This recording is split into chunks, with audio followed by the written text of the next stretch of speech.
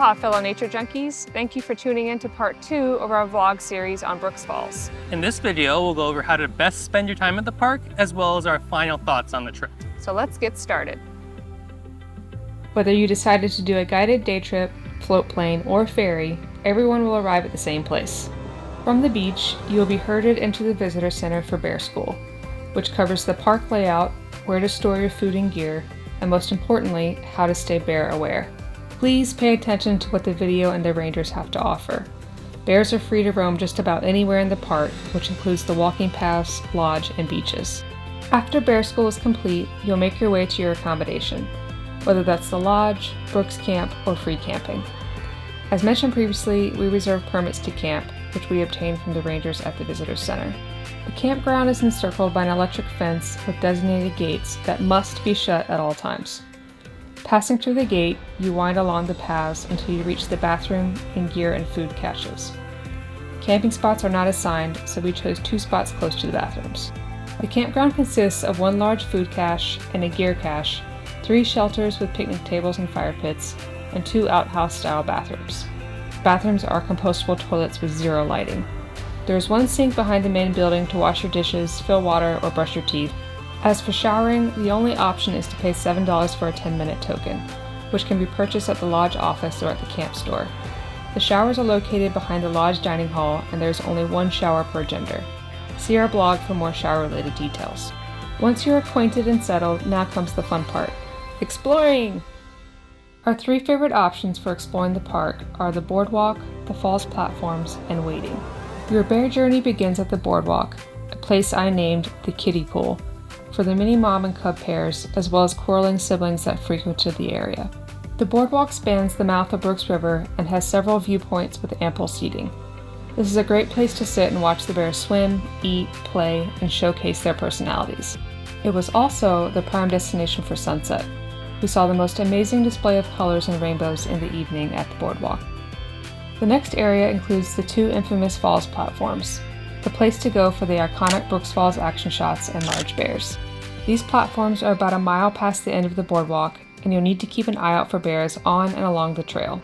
About a half mile in, you'll see an outhouse to your left and an informational sign on your right marking the start of Brooks Falls Trail. From here, it's another half mile until you reach a gated platform that leads to a large covered waiting area. From this junction, the gate to your right leads to the Riffles platform, which offers interesting but distant views of the falls. Since Riffles is so close to the falls platform, it is definitely worth a visit. However, we found it to be a better waiting spot to get eye-level views. Going back to the junction, the gate straight ahead leads to the falls platform. This platform is by far the most crowded and has the smallest viewing area. It's still definitely worth a visit, as it puts you right next to the falls and all the bear and salmon action you came for. We got a variety of nice shots from the falls platform, including time-lapses of all the bears, long exposure shots of bears atop the falls, and portraits of the huge bears that prefer this area. We found these platforms best in the late afternoon when the sun shone on the falls and the crowds thinned drastically. If overcast, like Alaska can be, the falls platforms would be good at any hour. The final option is to don your waders and trek into the stream. Whereas the Boardwalk and falls platforms offer a feeling of protection, wading puts you right in the middle of the action. You can catch a mix of large bears and playful juveniles, all from eye level for amazing photographic opportunities. You'll need to get a permit to enter the stream, which can be obtained either online through the National Park website or in person at the visitor center.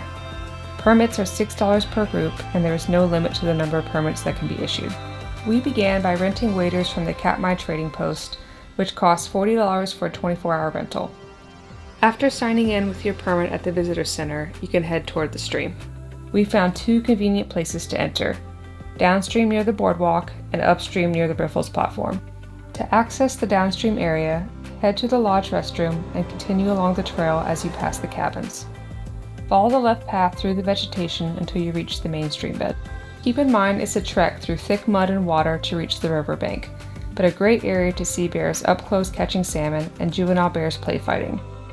To access the upstream area, continue towards the falls platforms, but take the faint trail to your right just before the platform gate.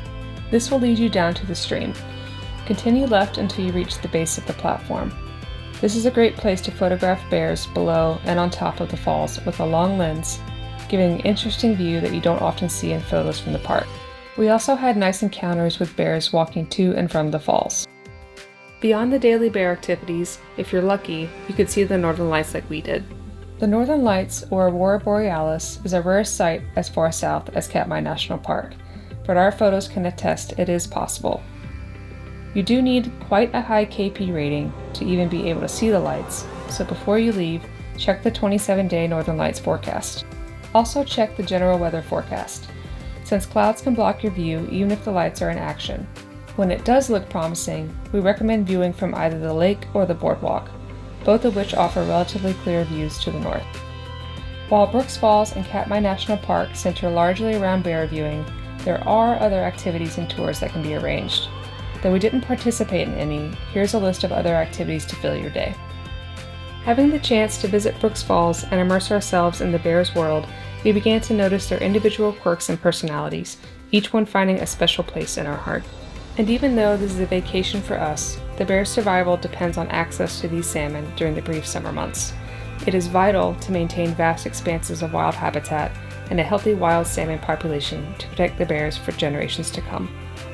This wraps up our series on how to visit Brooks Falls. We want to thank you for watching, and if you enjoyed our video, please like, subscribe, or leave a comment. Stay tuned for our next trip to Raja Ampat, Indonesia in January.